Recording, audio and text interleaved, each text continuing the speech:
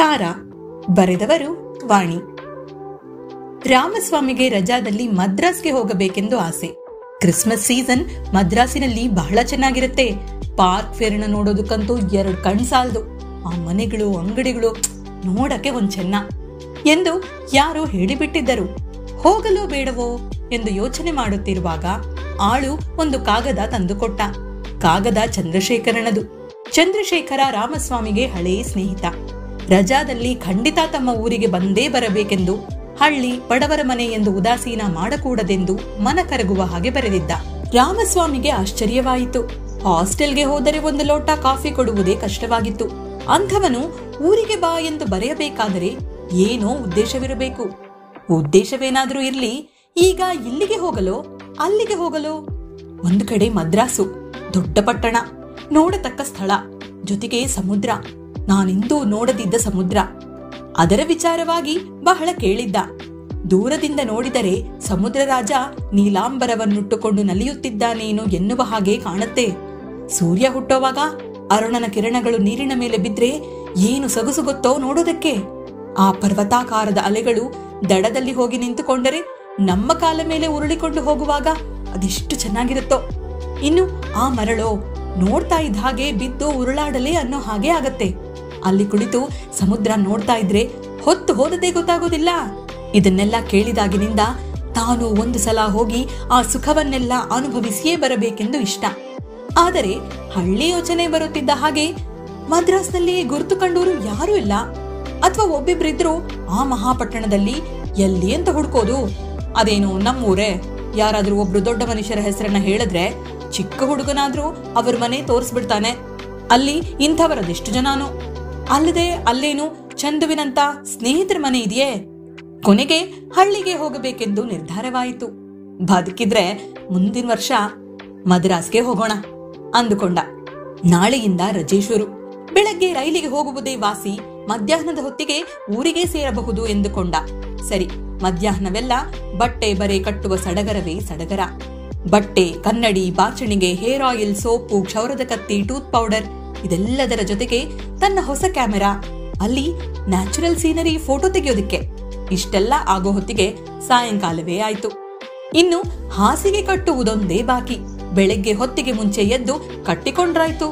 ಇವನ ಸಡಗರವನ್ನೆಲ್ಲ ನೋಡುತ್ತಿದ್ದ ಇವನ ತಾಯಿ ಒಳಗಿನಿಂದ ಬಂದು, ಏನೋ ಇದು, ಎಲ್ಲೋ ಪ್ರಯಾಣ ಅನ್ನೋ ಹಾಗಿದೆಯಲ್ಲ ಎಂದು ಕೇಳಿದರು. ಹ್ಞೂ ಅಮ್ಮ, ಚಂದು ರಜಾದಲ್ಲಿ ತನ್ನೂರಿಗೆ ಬಾ ಅಂತ ಕಾಗ್ದ ಬರ್ದಿದ್ದಾನೆ. ನನಗೂ ಇಲ್ಲೇ ಇದ್ದು ಬೇಜಾರು. ರಜೆ ಅಲ್ವಾ, ಹೋಗೋಣ ಅಂತಿದ್ದೀನಿ. ಹೋಗ್ಬರ್ಲೇನಮ್ಮ? ತಾಯಿಗೆ ನಗು ಬಂತು. ಎಂಥ ಪ್ರಶ್ನೆ! ಎಲೆ ಮುಂದೆ ಕೂತ್ಕೊಂಡು ಅನ್ನ ಕಲಸಿ ತುತ್ತನ್ನ ತುಟ್ಟಿವರೆಗೆ ತೆಗೆದುಕೊಂಡು ಹೋಗಿ ಊಟ ಮಾಡ್ಲೇನಮ್ಮ ಅಂತ ಹೇಳದ ಹಾಗೆ. ಈಗಿನ ಕಾಲದ ಹುಡುಗರೋ ಎಲ್ಲ ಹೀಗೆ ಅಂದುಕೊಂಡು, ಯಾವ ಚಂದುವೋ ರಾಮೋ, ನನಗ್ ಗೊತ್ತೇ ಆ ವ್ಯಕ್ತಿ ಅಂದರು. ನೀನ್ ನೋಡಿಲ್ವೇನಮ್ಮ, ಅವನು ಈ ಊರ್ನಲ್ಲಿ ಇದ್ದಾಗ ದಿನಾಗ್ಲೂ ಸಾಯಂಕಾಲ ವಾಲಿಬಾಲ್ಗೆ ಹೋಗುವಾಗ ನನ್ನ ಕರ್ಕೊಂಡು ಹೋಗಕ್ ಬರ್ತಿರ್ಲಿಲ್ವೇ? ನೀನೇ ಅವನಿಗೆ ನನ್ನ ಜೊತೆನಲ್ಲಿ ಎಷ್ಟೋ ಸಲ ಕಾಫಿ ಕೊಟ್ಟಿದ್ದಿ. ನೀನು ಅಂತಿರ್ಲಿಲ್ವೇನಮ್ಮ, ಒಳ್ಳೆ ಸ್ನೇಹಿತನ್ನೇ ಸಂಪಾದಿಸ್ಕೊಂಡಿದ್ಯಾ ಕಣೋ, ಎಷ್ಟು ವಿಶ್ವಾಸವೋ ಅವನಿಗೆ ಅಂತ. ಆಗ್ಲೇ ಮರ್ತ್ಬಿಟ್ಯಲ್ಲ. ಯಾರು ಹೇಳು? ಕುಳ್ಳಿಗೆ ಬಟ್ಟು ಮುಖದ ಹುಡುಗ ಬರ್ತಿದ್ನಲ್ಲ, ಅವನ್ ತಾನೇ? ಏನಮ್ಮ ಅದು ಬಟ್ಟು ಮುಖ ಅಂತೆ? ಅದೆಲ್ಲ ನಂಗೆ ತಿಳಿಯೋದಿಲ್ಲಪ್ಪ. ಆ ವರ್ಣನೆ ಎಲ್ಲ ನಿನಗೆ ಸರಿ. ಓ ಇಲ್ಲ ಬಿಡು, ನಂಗೆ ಈಗ ಗೊತ್ತಾಯ್ತು. ಆ ರತ್ನದಂತ ಹುಡುಗ. ಅಗತ್ಯವಾಗಿ ಹೋಗ್ಬಾ, ಆದ್ರೆ ಸ್ವಲ್ಪ ಮುಂಚಿತವಾಗಿ ಹೇಳ್ಬಾರ್ದಿತ್ತೇನೋ. ಮಕ್ಳಿರೋ ಮನೆ, ಬರೀ ಕೈಯಲ್ಲಿ ಹೋಗ್ತಾರಾ? ಏನಾದ್ರೂ ತಿಂಡಿ ಮಾಡ್ಕೊಡ್ತಿದ್ದೆ. ಹೋಗ್ಲಿ, ಅಂಗಡಿಯಿಂದ ಸ್ವಲ್ಪ ಕಿತ್ಲೆ ಹಣ್ಣು, ಸೇಬಿನ ಹಣ್ಣು, ಕೋಸ್ಗಡ್ಡೆ, ಮಕ್ಳಿಗೆ ಬಿಸ್ಕತ್ತು, ಪೆಪ್ಪರ್ಮೆಂಟು ಇಷ್ಟಾದ್ರೂ ತಗೊಂಡು ಹೋಗು. ಎಷ್ಟಾದ್ರೂ ಆಗ್ಲಿ, ನನಗಿಂತ ನಮ್ಮಮ್ಮನೇ ವಾಸಿ. ನನ್ ಎಷ್ಟೇ ಬುದ್ಧಿವಂತ ಅಂದ್ಕೊಂಡಿದ್ರು ಅವರ ಅನುಭವ ನನಗೆಲ್ ಬರ್ಬೇಕು ಅನ್ಕೊಂಡು, ಅಮ್ಮ ಅಮ್ಮ ಅದು ನಾನು ಹೋಗಕ್ಕೆ ಅಣ್ಣ ಒಪ್ತಾರೇನಮ್ಮ ಎಂದು ಕೇಳಿದ. ಅದಕ್ಕೆ ಯಾಕೋ ಯೋಚನೆ, ನಾನ್ ಮಾತಾಡ್ತೀನಿ ಬಿಡು, ಆ ಭಾರ ಯಾವತ್ತು ನನಗೆ ತಾನೆ ಎಂದರು. ಬೆಳಗ್ಗೆ ಹೊತ್ತಿಗೆ ಮುಂಚೆ ತಿಂಡಿ ಕಾಫಿ ತೆಗೆದುಕೊಂಡು ರೈಲಿಗೆ ಹೊರಟ. ಟ್ರಂಕು, ಹಾಸಿಗೆ ಜೊತೆಗೆ ತಾಯಿ ಹೇಳಿದ ಎಲ್ಲ ಸಾಮಾನುಗಳದ್ದೊಂದು ಬುಟ್ಟಿ. ರೈಲು ಹೋಗುತ್ತಿರುವಾಗ ದಾರಿಯುದ್ದಕ್ಕೂ ನಾನಾ ಯೋಚನೆ. ಅಲ್ಲಿ ಹೋಗಿ ಯಾರನ್ ಕೇಳೋದು? ಕೇಳಿದ್ರಾಯ್ತು, ನನ್ಗೇನೋ ಬಾಯ್ ಕುರುಡೆ. ಅದು ಸರಿನೇ, ಚಂದುಗೊಂದ್ ಕಾಗ್ದ ಬರ್ತಿದ್ರೆ ರೈಲ್ವೆ ಸ್ಟೇಷನ್ಗೆ ಬರ್ತಿದ್ನೋ ಏನೋ. ಈಗ ತಾನೇ ಏನೋ ಯಾರನ್ನಾದ್ರೂ ವಿಚಾರಿಸೋದು, ಏನೋ ಒಂದಾಗುತ್ತೆ ಅಂದುಕೊಂಡ. ಅಷ್ಟು ಹೊತ್ತಿಗೆ ಮದ್ದೂರು ಬಂತು. ಹೊಟ್ಟೆಯೂ ಚುರುಚುರ ಅನ್ನುತ್ತಿತ್ತು. ಸ್ವಲ್ಪ ಫಲಾಹಾರವೂ ಆಯಿತು. ಮದ್ದೂರ್ ವಡೆ ಹೊಟ್ಟೆ ಸೇರಿತು. ಕಾಫಿ ಖುಷಿ ನೀಡಿತು. ರೈಲು ಶ್ರೀರಂಗಪಟ್ಟಣಕ್ಕೆ ಬರುವ ಹೊತ್ತಿಗೆ 11 ಗಂಟೆ ಆಗಿತ್ತು. ಇಳಿದು ಅತ್ತಿತ್ತ ನೋಡಿದ. ಕೂಲಿ ಕೂಲಿ ಬೇಕೇನ್ ಸರ್? ಕೂಲಿ ಕೂಲಿ ಎಂದು ಒಬ್ಬ ಹುಡುಗ ಹೋಗುತ್ತಿದ್ದ. ಕೂಲಿ ಎಂದು ಕೂಗಿದ. ಒಬ್ಬ ಹುಡುಗ ಓಡಿ ಬಂದು ಸಾಮಾನು ತೆಗೆದುಕೊಂಡ. ಟಿಕೆಟ್ ಕೊಟ್ಟು ಮುಂದಕ್ಕೆ ಹೋಗುತ್ತಿರುವಾಗ ಕೂಲಿಯಾಳು, ಯಾರ್ ಮನೆಗೆ ಹೋಗ್ಬೇಕು ಸ್ವಾಮಿ ಎಂದು ಕೇಳಿದ. ಯಾರ್ ಮನೆಗೂ ಇಲ್ಲಪ್ಪ, ಇಲ್ಲಿ ನಮ್ಮೋರ್ ಯಾರೂ ಇಲ್ಲ ಎಂದು ರಾಮು ಹೇಳಿದ. ಹುಡುಗ ಒಳ್ಳೆ ಚುರುಕಾಗಿದ್ದ. ಕೂಡಲೇ, ಓ ಹೊಳೆ ತಾವಕ್ ಹೋಗ್ಬೇಕೇನೋ ಎಂದ. ಎಲ್ಲರಂತೆ ಅವನು ಸ್ನಾನಕ್ಕೆ ಬಂದಿರಬಹುದು ಅಂದುಕೊಂಡು ಹುಡುಗ ಹಾಗೆ ಹೇಳಿದ್ದ. ರಾಮು ಹೊಳೆಗೆ ಹೋಗಬೇಕೆಂದು ಉದ್ದೇಶಿಸಿರ್ಲಿಲ್ಲ. ಆದರೂ ಅವನು ಹೇಳುತ್ತಲೂ ಹ್ಞೂ ಸರಿ ನಡಿ ಅಂದ. ನದಿಗೆ ಹೋಗಿ ನೋಡುತ್ತಲೇ ಬಹು ಸಂತೋಷವಾಯಿತು. ಎಲ್ಲಿಯ ಕೆಂಪಾಂಬುದಿ ಕೆರೆ, ಎಲ್ಲಿಯ ಕಾವೇರಿ, ಎಷ್ಟು ಸ್ವಚ್ಛವಾಗಿ ಹರಿಯುವ ತಿಳಿನೀರು. ಪುಣ್ಯ ಕಟ್ಟಿಕೊಳ್ಳಬೇಕೆಂಬ ಅಪೇಕ್ಷೆ ಇಲ್ಲದಿದ್ದರೂ ಇಂಥ ನದಿ ಇನ್ನೆಲ್ಲಿ ತರೋಣ? ಬೆಂಗಳೂರಿನಲ್ಲಿ ಕೊಳದಪ್ಪಲೆ ನೀರು ಸುರಿದುಕೊಳ್ಳುವುದು ಇದ್ದೇ ಇದೆ. ಬಂದಾಗ ಎಲ್ಲವನ್ನೂ ಅನುಭವಿಸಿ ನೋಡಿಯೇ ಬಿಡಬೇಕು ಅಂದುಕೊಂಡು ಸ್ನಾನಕ್ಕೆ ಇಳಿದ. ಹುಡುಗ ಸಾಮಾನು ಇಟ್ಟುಕೊಂಡು ಮೆಟ್ಟಿಲ ಮೇಲೆ ಕೂತಿದ್ದ. ಈಜಬೇಕೆಂದು ಆಸೆ ರಾಮುವಿಗೆ. ಆದರೆ ಇತ್ತ ತಾನು ಈಜುತ್ತಿರುವಾಗ ಅತ್ತ ಹುಡುಗ ಸಾಮಾನಿನ ಜೊತೆ ಪರಾರಿಯಾದರೆ ಯಾರನ್ನ ಕೇಳೋದು? ಅದೆಲ್ಲಿ ತಂಟೆ ಬಿಡು ಅಂದುಕೊಂಡು ಮೇಲಕ್ಕೆ ಬಂದು ಬಟ್ಟೆ ಬರೆ ಹಾಕಿಕೊಂಡು ಹೋಗುತ್ತಾ ದಾರಿಯಲ್ಲಿ ಹುಡುಗನನ್ನ, ನಿನ್ ಹೆಸರೇನು ಎಂದು ಕೇಳಿದ. ನನ್ನ ಹೆಸರ ಬುದ್ಧಿ, ಎಲ್ರು ನನ್ನ ಮರಿ ಅಂತಾರೆ ಅಂದ. ಲೋ ಮರಿ, ರಾಂಪುರ ಇಲ್ಲಿಗೆ ಎಷ್ಟು ದೂರವೋ? 3 ಮೈಲಿ ಆಗಬಹುದು ಸ್ವಾಮಿ. ನಿಮ್ಮಂಥವ್ರು 1 ಗಂಟೆ ಹೊತ್ನಲ್ಲಿ ಅಲ್ಲಿಗೆ ಹೋಗಬಹುದು. ಹಾಗೆ ಯೋಚನೆ ಮಾಡಿದ. ಈಗಾಗಲೇ 12 ಗಂಟೆ. ಹೊಟ್ಟೆ ಒಂದು ಕಡೆ ತಾಳ ಹಾಕುತ್ತಿದೆ. ವಿಪರೀತ ಬಿಸಿಲು.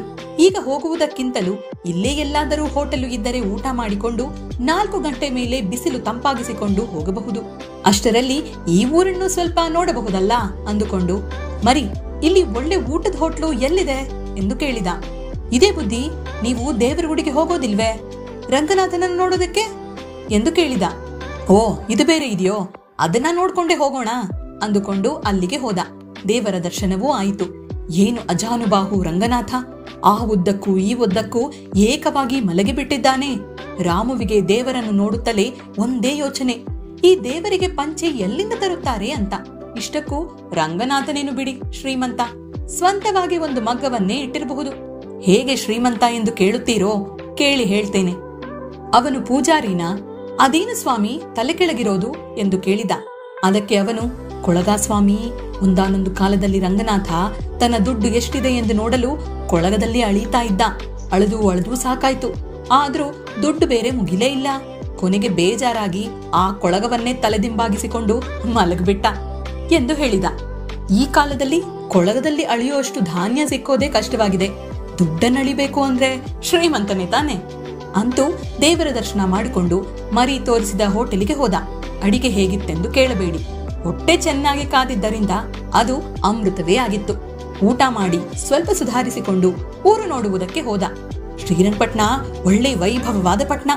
ಸೌಭಾಗ್ಯಲಕ್ಷ್ಮಿ ತಾಂಡವವಾಡ್ತಾಳೆ ಅಂತ ಅವರ ಅಜ್ಜ ಹೇಳುತ್ತಿದ್ದರಂತೆ. ಶ್ರೀರಂಗಪಟ್ಟಣ ಮೆರೀತಿದ್ದ ಕಾಲವನ್ನ ಅವರಜ್ಜ ಬಲ್ಲರು. ಈಗೇನಿದೆ ಅಲ್ಲಿ? ಎಲ್ಲಿ ನೋಡಿದ್ರೂ ಮುರುಕುಗೋಡೆ. ಒಂದು ತೋಟವನ್ನು ಮಾತ್ರ ಇದು ಟಿಪ್ಪು ಸುಲ್ತಾನರು ಬೇಸಿಗೆನಲ್ಲಿ ಇರ್ತಾ ಇದ್ದ ಜಾಗ ಎಂದು ಮರಿ ತೋರಿಸಿದ. ಅದೇನೋ ಚೆನ್ನಾಗೇ ಇತ್ತು. ನೋಡಿಕೊಂಡು ರಾಂಪುರದ ಕಡೆ ಹೊರಟ. ಒಳ್ಳೆ ಸುಟಿಯಾದ ಶಿಷ್ಯ ಸಿಕ್ಕಿದ್ದರಿಂದ ದಾರಿಯಲ್ಲೇನೂ ಬೇಜಾರೇ ಆಗಲಿಲ್ಲ. ಹುಡುಗ ಹೇಳುತ್ತಿದ್ದ ಊರಿನ ವಿಚಾರವಾದ ಹಳೆ ಕಥೆಗಳನ್ನು ಕೇಳುತ್ತಾ 5 ಗಂಟೆ ಹೊತ್ತಿಗೆ ಹಳ್ಳಿಗೆ ತಲುಪಿದ. ಇನ್ನು ಚಂದು ಮನೆಯನ್ನು ಕಂಡು ಹಿಡಿಯುವುದು ಹೇಗೆ ಎಂದುಕೊಂಡು ಮುಂದೆ ಹೋಗುತ್ತಿರುವಾಗ ಚಂದುವೇ ಎದುರಿಗೆ ಬಂದ. ಅಕಸ್ಮಾತ್ ಎದುರಿಗೆ ಬಂದ ರಾಮುವನ್ನು ನೋಡಿ ಅವನಿಗೆ ಮಾತೇ ಹೊರಡದು. ಕೂಡಲೇ ಸಂತೋಷದಿಂದ, ರಾಮು, ಕೊನೆಗೂ ದೊಡ್ಡ ಮನಸ್ ಮಾಡಿ ಬಂದ್ಬಿಟ್ಯಲ್ಲ ಮಾರಾಯ, ಕಾಗದ ಯಾಕೋ ಬರಲಿಲ್ಲ ಅಂದಷ್ಟೇ ಕೇಳಿ ಆದರದಿಂದ ಅವನ ಕೈ ಹಿಡಿದುಕೊಂಡ. ಅಯ್ಯೋ ಬಿಡ, ನಾನ್ ಹೊರಡೋವರೆಗೂ ಯಾವ್ದೂ ಸೆಟಲ್ ಮಾಡಿರ್ಲಿಲ್ವೋ? ಖಂಡಿತವಾದ ಕೂಡ್ಲೆ ಹೊರಟು ಬಂದೆ. ಅದಕ್ಕೆ ಕಾಗದ ಬರೆಯೋಕಾಗ್ಲಿಲ್ಲ. ಇಬ್ಬರು ಮನೆಯ ಕಡೆ ಹೊರಟರು. ಮನೆಯ ಜಗುಲಿಯ ಮೇಲೆ ಚಂದುವಿನ ತಂದೆ ಯಾರ ಕೈಲೋ ಮಾತಾಡುತ್ತಾ ಕುಳಿತಿದ್ದರು.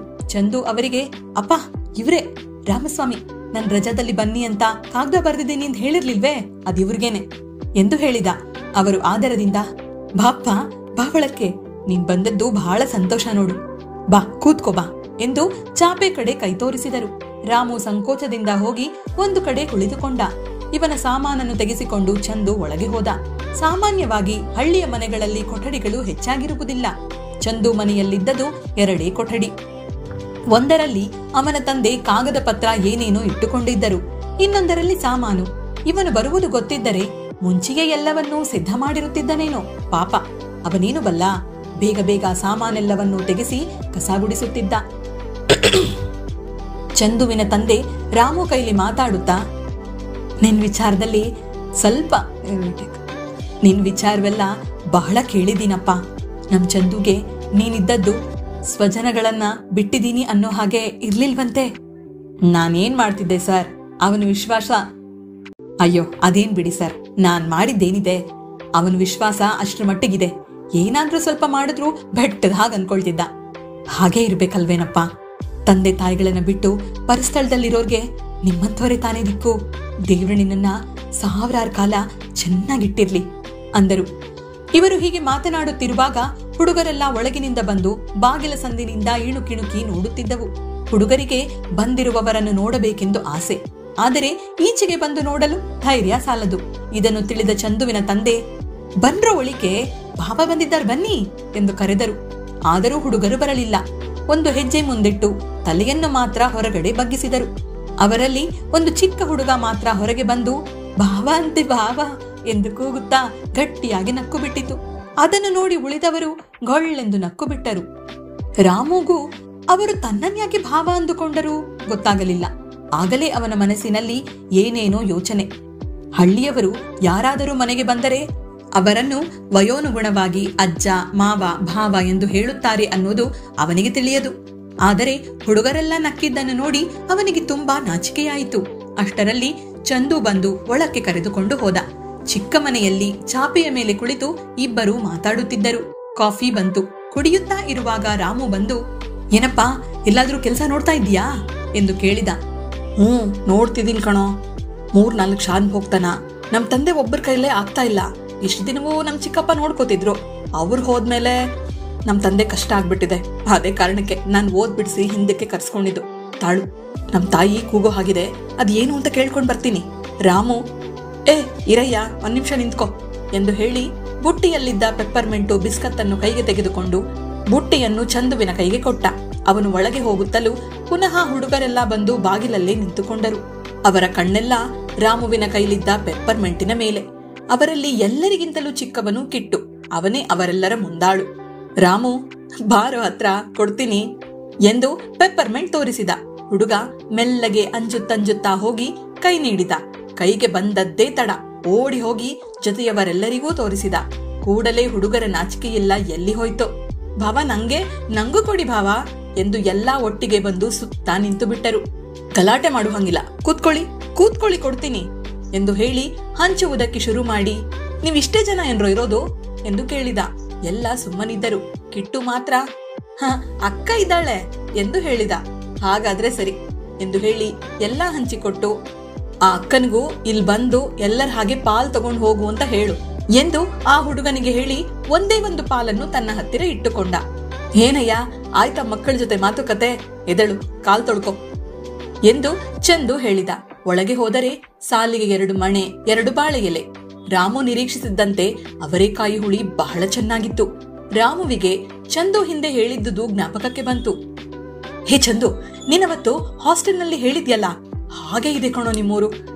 ಅದ್ರಲ್ಲೂ ಈ ಅವರೇಕಾಯಿ ಹುಳಿ ಬಗ್ಗೆ ನೀನ್ ಹೇಳಿದ್ದು ಹಬ್ಬಬ್ಬಾ ಮರೆಯೂ ಹಾಗೆ ಇಲ್ಲ ಎಂದು ಹೇಳಿದ. ಇಲ್ವೋ, ಇದೇನಷ್ಟು ಚೆನ್ನಾಗಿಲ್ಲ. ಬೆಳಗ್ಗೆ ಕೊಯ್ದಿರೋದು, ಸೊಗಡೆಲ್ಲ ಹೋಗ್ಬಿಟ್ಟಿದೆ. ಸುಮ್ನಿರು, ನಾಳೆ ಬೆಳಗ್ಗೆ ನಾನೇ ಹೋಗಿ ಹೊಲದಿಂದ ತರ್ತೀನಿ ಎಂದು ಹೇಳಿದ. ಒಳಗಿನಿಂದ ತಾರೆ ತಾರೆ ಎಂದು ಚಂದು ತಾಯಿ ಕೂಗಿದರು. ರಾಮುಗೆ ಕೂಗಿದ್ದು ಯಾರನ್ನು ಎಂದು ಗೊತ್ತಾಗಲಿಲ್ಲ. ಅವನ ಮನಸ್ಸಿನಲ್ಲಿ ತಾರೆ ಎಂದರೆ ಬಹುಶಃ ಹೆಸರಲ್ಲವೇನೋ. ಈ ಹಳ್ಳಿಯಲ್ಲಿ ಅಂಥ ಹೆಸರಲ್ಲಿ ಬರಬೇಕು. ತಾರೆ ಅಂದ್ರೆ ಏನನ್ನೋ ತಂದು ಕೊಡು ಅಂತ ಕೇಳ್ತಿದ್ದಾರೋ ಏನೋ ಅಂದುಕೊಂಡು ಕತ್ತು ಬಗ್ಗಿಸಿಕೊಂಡು ಊಟ ಮಾಡುತ್ತಿದ್ದ. ಕತ್ತಲಾಗಿದ್ದ ಹಿಂದಣ ತೊಟ್ಟಿಯಿಂದ ಹುಡುಗಿಯೊಬ್ಬಳು ಈಚೆಗೆ ಬಂದಳು. ಹುಡುಗಿ ಅಂದರೆ ಆಡುವ ಹುಡುಗಿಯಲ್ಲ, ಆಗ ತಾನೇ ಬಾಲ್ಯದ ಹೊಸ್ತಿಲನ್ನು ದಾಟುತ್ತಿರುವ ಹುಡುಗಿ. ಬಹು ಮೆಲ್ಲಗೆ ಬಂದಳು. ಕೊನೆಗೆ ಒಂದು ನೆರೆಯೂ ಶಬ್ದವಾಗಲಿಲ್ಲ. ಅವಳು ಬಂದದ್ದು ರಾಮುಗೆ ಗೊತ್ತಾಗಲೇ ಇಲ್ಲ. ಆದರೆ ಅವಳು ಮುಂದಕ್ಕೆ ಹೋಗಲು ಅವನ ಎಲೆ ಮೇಲೆ ನೆರಳು ಬಿತ್ತು. ಆಗ ಕತ್ತೆತ್ತಿ ನೋಡಿದ. ತಾರೆ ಹೊರಟು ಹೋಗಿದ್ದಳು. ಆದರೆ ಹಿಂದುಗಡೆ ನಲಿದಾಡುತ್ತಿದ್ದ ಅವಳ ಉದ್ದವಾದ ಜಡೆ ಮಾತ್ರ ಕಣ್ಣಿಗೆ ಬಿತ್ತು. ಈಗ ಗೊತ್ತಾಯ್ತು ಅವನಿಗೆ, ತಾರೆ ಅಂದ್ರೆ ಹುಡುಗಿನ, ಕೊಡೆ ಅಂತ ಅರ್ಥವಲ್ಲ ಹಾಗಾದ್ರೆ. ಅದು ಖಂಡಿತ ಒಂದು ಹುಡುಗಿ ಹೆಸರೇ ಅಂದುಕೊಂಡ. ಬೆಳಗ್ಗೆ ಚಂದು ಹೊಲಕ್ಕೆ ಹೊರಟು ಹೋದ. ನಾನು ಬರ್ತೀನಿ ಎಂದು ರಾಮು ಕೇಳಿದ್ದಕ್ಕೆ ಅವನು, ಬೇಡ ಬೇಡ, ಅಲ್ಲಿ ದಾರಿ ಚೆನ್ನಾಗಿಲ್ವೋ, ನಿನಗೆ ನಿನ್ನೆ ಎಲ್ಲ ಬಂದು ಆಯಾಸವಾಗಿದೆ, ನಾನು ಬೇಗ ಹೀಗ್ ಹೋಗಿ ಹಾಗೆ ಬಂದ್ಬಿಡ್ತೀನಿ, ಆಮೇಲೆ ಇಬ್ರು ಎಲ್ಲಾದ್ರೂ ಆಚೆ ಹೋಗೋಣ ಎಂದು ಹೇಳಿದ. ರಾಮುವಿನ ತಂದೆಯೂ ಕೂಡ ಅವನು ಏಳುವ ಹೊತ್ತಿಗೆ ಎದ್ದು ಹಳ್ಳಿಯ ಕಡೆ ಹೊರಟು ಹೋಗಿದ್ದರು. ಹುಡುಗರೆಲ್ಲ ಸ್ಕೂಲ್ಗೆ ಹೋಗಿದ್ದರು. ಒಬ್ಬನೇ ಕೂತು ಕೂತು ಬೇಜಾರಾಯಿತು. ಮನೆಯ ಹಿಂದೆ ದೊಡ್ಡ ಹಿತ್ತಿಲು. ಚಂದುವಿನ ತಾಯಿ ಅಡುಗೆ ಮನೆಯಲ್ಲೇನೋ ಮಾಡುತ್ತಿದ್ದರು. ಕ್ಯಾಮೆರಾ ತೆಗೆದುಕೊಂಡು ಅಲ್ಲಿಗೆ ಹೊರಟ ರಾಮು. ಯಾರಾದರೂ ತನ್ನನ್ನು ನೋಡುವರೇನೋ ಅಂದುಕೊಂಡು ಮೆಲ್ಲಗೆ ಹೋದ. ಯಾರೂ ಇರಲಿಲ್ಲ. ಹಿತ್ತಲಿನಲ್ಲಿ ತುಂಬಾ ಹೂಗಿಡಗಳು, ತರಕಾರಿ ಗಿಡಗಳು ಇದ್ದವು. ಅಲ್ಲೇ ಸುತ್ತಾಡುತ್ತಾ ಇರುವಾಗ ಒಂದು ಕಡೆ ಸ್ವಲ್ಪ ಶಬ್ದವಾಯಿತು. ತಿರುಗಿ ನೋಡಿದ. ಹುಡುಗಿಯೊಬ್ಬಳು ರಾಟೆಯಲ್ಲಿ ನೂಲು ತೆಗೆಯುತ್ತಾ ಕುಳಿತಿದ್ದಳು. ಒಂದು ಘಳಿಗೆ ದಿಗ್ಭ್ರಮೆ ಹಿಡಿದವನಂತೆ ನಿಂತು ಬಿಟ್ಟ. ರಾಷ್ಟ್ರಾಭಿಮಾನ ದೇವತೆಯೇ ಹೀಗೆ ಬಂದಿರಬಹುದೇ ಎಂದುಕೊಂಡ ಮರುಕ್ಷಣದಲ್ಲಿಯೇ ಇರಲಾರದು ಎನ್ನಿಸಿತು. ಚೆನ್ನಾಗಿ ನೋಡಿದ. ಹುಡುಗಿಯ ಮುಖ ಪೂರ್ತಿ ಕಾಣುತ್ತಿರಲಿಲ್ಲ. ಒಂದು ಕೆನ್ನೆ ಮಾತ್ರ ಕಾಣುತ್ತಿತ್ತು. ಆದರೆ ಬೆನ್ನಿನ ಮೇಲೆ ಅಲಿಯುತ್ತಿದ್ದ ಆ ನಿಡುಗುರುಳೆ ಅವಳ ಗುರುತು ಮಾಡಿಕೊಟ್ಟಿತು. ಕೂಡಲೇ ಇವಳೇ ತಾರೆ ಎಂದು ತಿಳಿದುಕೊಂಡ. ಅವನು ನಿಂತಿದ್ದುದು ಬಾವಿಕಟ್ಟೆ ಮರೆ. ನೋಡುತ್ತಾ ಮನಸ್ಸಿನಲ್ಲಿ, ಅಬ್ಬಬ್ಬಾ, ಇಷ್ಟಿಲ್ಲದೆ ಕವಿಗಳು ಉರಗವೇಣಿ ಮುಂತಾಗಿ ವರ್ಣಿಸಿದ್ದಾರೆಯೇ ಎಂದು ಭಾವಿಸಿದ. ನೂಲುವಾಗ ಅವಳ ಮುಖದಲ್ಲಿ ದೇಶಾಭಿಮಾನ ಉಕ್ಕುತ್ತಿತ್ತು. ಫೋಟೋ ತೆಗೆದುಕೊಳ್ಳಲೇ ಎಂದು ಯೋಚಿಸಿದ. ಮುಖ ಪೂರ್ತಿ ಕಾಣ್ತಾ ಇಲ್ವಲ್ಲ, ಕಾಣ್ತಿದ್ರೆ ತಾನೇ ಏನು. ರವಿವರ್ಮ ಕೂಡ ತಾರೆಯ ಮುಖದ ಪಕ್ಕದ ನೋಟವನ್ನೇ ಚಿತ್ರಿಸಿರೋದು, ನಾನ್ಯಾಕೆ ತೆಗಿಬಾರ್ದು ಅಂದುಕೊಂಡು ಫೋಟೋ ತೆಗೆದ. ಅಷ್ಟರಲ್ಲಿ ತನ್ನನ್ನು ಯಾರಾದರೂ ನೋಡಿಯಾರೆಂದು ಭಯವಾಯಿತು.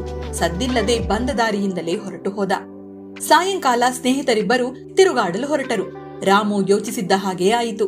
ದಾರಿಯುದ್ದಕ್ಕೂ ಹೊಲದಿಂದ ಹಿಂದಕ್ಕೆ ಬರುತ್ತಿದ್ದ ರೈತರೆಲ್ಲ ಆಶ್ಚರ್ಯದಿಂದ ಮೂಗಿನ ಮೇಲೆ ಬೆರಳಿಟ್ಟುಕೊಂಡು ಇವನನ್ನೇ ನೋಡುತ್ತಿದ್ದರು.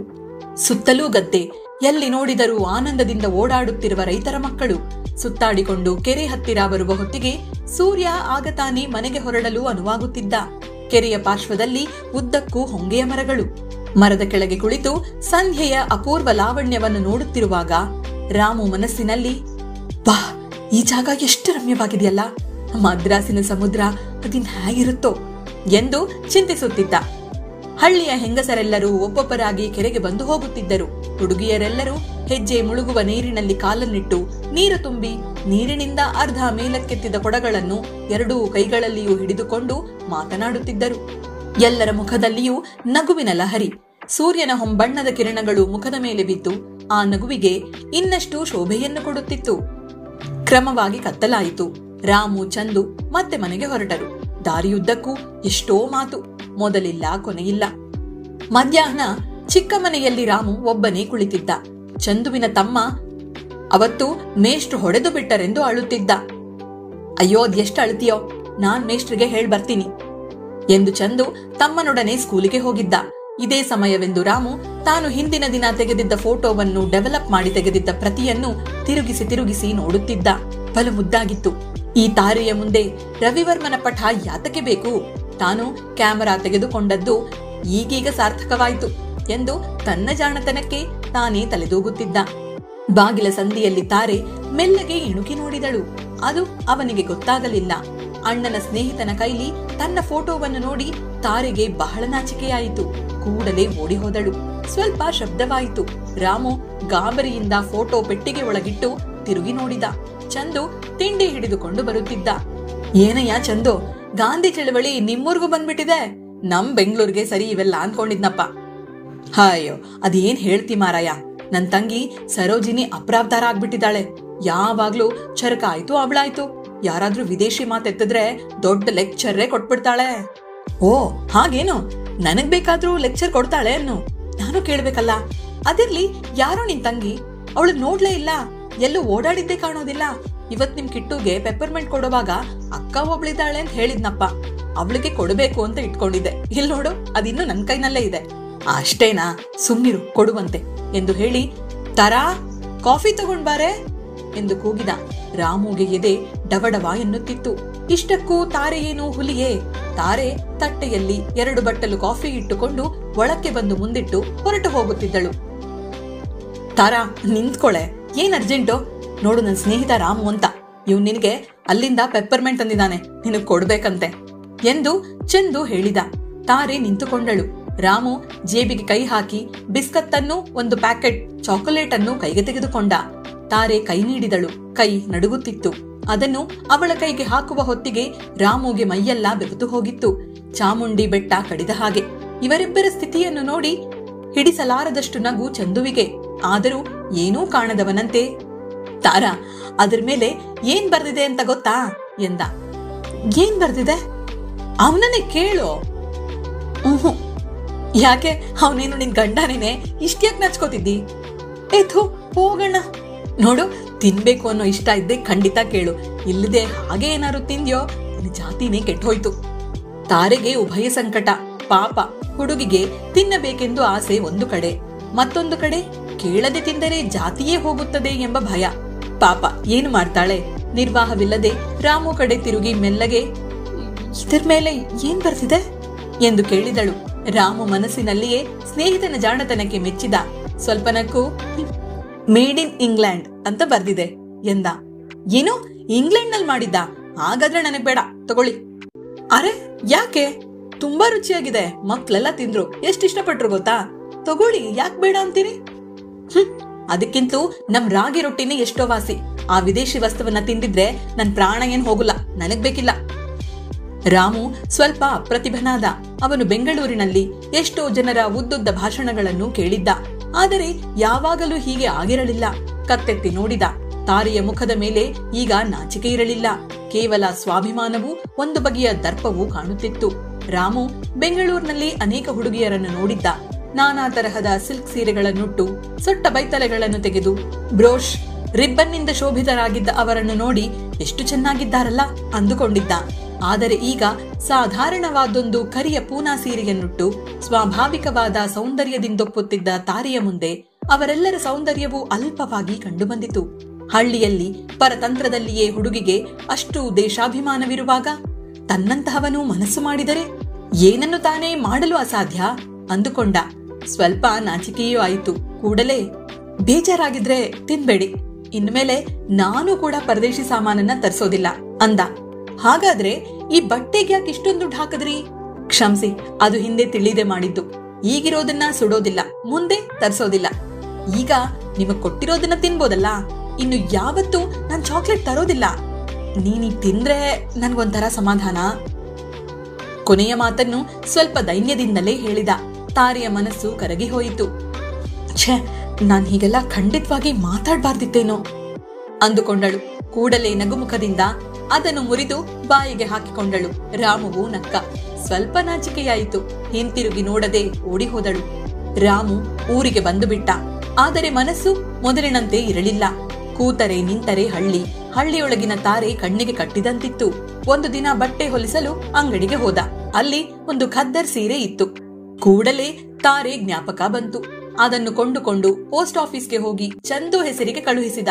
ಕಾಗದದಲ್ಲಿ, ಆತ್ಮೀಯ ಸ್ನೇಹಿತನೆ, ನಿನ್ನ ತಂಗಿಯ ದೇಶಾಭಿಮಾನ ನೋಡಿ ತುಂಬಾ ಸಂತೋಷವಾಯಿತು. ಅದರಿಂದ ಅವಳಿಗೆ ನನ್ನ ಜ್ಞಾಪಕಾರ್ಥವಾಗಿ ಇದನ್ನು ಕಳುಹಿಸಿದ್ದೇನೆ ಮತ್ತು ನಾನು ಈಗ ಖಾದಿಯನ್ನೇ ಉಪಯೋಗಿಸುತ್ತಿದ್ದೇನೆ ಎಂದು ಮರೆಯದೆ ಅವಳಿಗೆ ತಿಳಿಸು. ನಿನ್ನ ಸ್ನೇಹಿತ ಎಂದು ಬರೆದಿದ್ದ. 15 ದಿನವಾದರೂ ಚಂದುವಿನಿಂದ ಜವಾಬೇ ಇಲ್ಲ. ರಾಮುವಿಗೆ ಚಿಂತೆಗೆ ಕಾರಣವಾಯಿತು. ತಾನು ಸೀರೆ ಕಳಿಸಿದ್ದರಿಂದ ಅವರಿಗೆ ಅಸಮಾಧಾನವಾಯ್ತೋ ಏನೋ ಅಂದುಕೊಂಡ. ಅಂತೂ 2 ಹೊತ್ತು ಪೋಸ್ಟ್ ನೋಡುವುದೇ ಕೆಲಸ. ಕೊನೆಗೂ ಒಂದು ದಿನ ಕಾಗದ ಬಂದೇ ಬಂತು. ಆದರೆ ತನಗೆ ಬಂದಿರಲಿಲ್ಲ, ತಂದೆಯವರಿಗೆ. ಕಾಗದ ಬರೆದಿದ್ದವನು ತಾನು, ಜವಾಬು ತಂದೆಗ. ಸ್ವಲ್ಪ ಆಶ್ಚರ್ಯವಾಯಿತು. ಅವರ ಮೇಜಿನ ಮೇಲಿಟ್ಟು ಹೊರಟು ಹೋದ. ಮಧ್ಯಾಹ್ನ ಅವರ ತಂದೆ ಕಾಫಿ ಕುಡಿಯುವುದಕ್ಕೆ ಒಳಗೆ ಹೋಗಿದ್ದರು. ಆ ಸಮಯ ಸಾಧಿಸಿ ಮೆಲ್ಲಗೆ ರೂಮಿಗೆ ಹೋಗಿ ಆ ಕಾಗದ ತೆಗೆದು ನೋಡಿದ. ಕಾಗದ ಚಂದುವಿನ ತಂದೆಯದ್ದು. ತಾರೆಯನ್ನು ತನಗೆ ಕೊಡುವ ವಿಚಾರವಾಗಿ ವಿವರವಾಗಿ ಬರೆದಿದ್ದರು. ಅಯ್ಯೋ, ಅವರು ಹಳ್ಳಿ ಶಾನ್ಭೋಗ್ರು. ಶಾನ್ಭೋಗ್ರ ಮಗಳನ್ನ ನಮ್ಮಪ್ಪ ನಿಜ ಒಪ್ತಾರಾ ಅಂದುಕೊಂಡ. ಅಷ್ಟರಲ್ಲಿ ಅವನ ದೃಷ್ಟಿ ಅರ್ಧ ಬರೆದಿದ್ದ ಮತ್ತೊಂದು ಕಾಗದದ ಮೇಲೆ ಬಿತ್ತು. ಅದು ರಾಮುವಿನ ತಂದೆ ಬರೆಯುತ್ತಿದ್ದ ಜವಾಬು.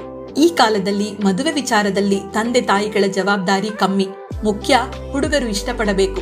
ಮಗನನ್ನು ವಿಚಾರಿಸಿ ಯಾವುದಕ್ಕೂ ಉತ್ತರ ತಿಳಿಸುತ್ತೇನೆ ಎಂದು ಬರೆದಿದ್ದರು. ರಾಮುವಿಗೆ ಸಂತೋಷದಿಂದ ಕಣ್ಣಿನಲ್ಲಿ ನೀರು ಬಂತು.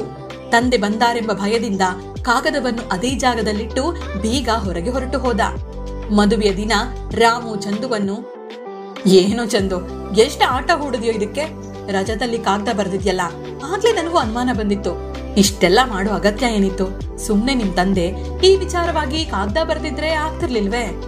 ಓಹೋ ಹೌದಪ್ಪ, ನಿಜ ಹೇಳು, ಈಗ ಸುಮ್ನೆ ಅಂತಿ. ಈಗ ನಡೆದ ಹಾಗೆ ಏನು ನಡಿದೆ ಏಕ್ದಮ್ ನಾವು ಪ್ರಸ್ತಾಪ ಮಾಡಿದ್ರೆ ಹಳ್ಳಿ ಶಾನ್ಬೋಗರ್ ಹುಡುಗಿನ ನೀನಾದ್ರೂ ಒಪ್ತಿದ್ಯಾ? ರಾಮು ಏನು ಹೇಳಲಿಲ್ಲ. ಸ್ವಲ್ಪ ನಕ್ಕು ಬಿಟ್ಟ. ಮನಸ್ಸಿನಲ್ಲಿ, ಅದೇನೋ ಸರಿ, ನಾನಿಲ್ಲಿಗ್ ಬಂದು ತಾರೇನು ನೋಡದೆ ಇದ್ದಿದ್ರೆ ಸಂದರ್ಭ ಹೇಗಾಗ್ತಿತ್ತೋ. ಅಂತೂ ಚಂದು ಜಾಣತನದಿಂದ ನನಗೆ ಅನುಕೂಲನೇ ಆಯ್ತು. ಮನಸ್ಸೊಪ್ಪಿದ ಹುಡುಗಿ ಹೆಂಡತಿಯಾಗಿ ಸಿಕ್ಕಿದ್ಲು ಅಂದುಕೊಂಡ.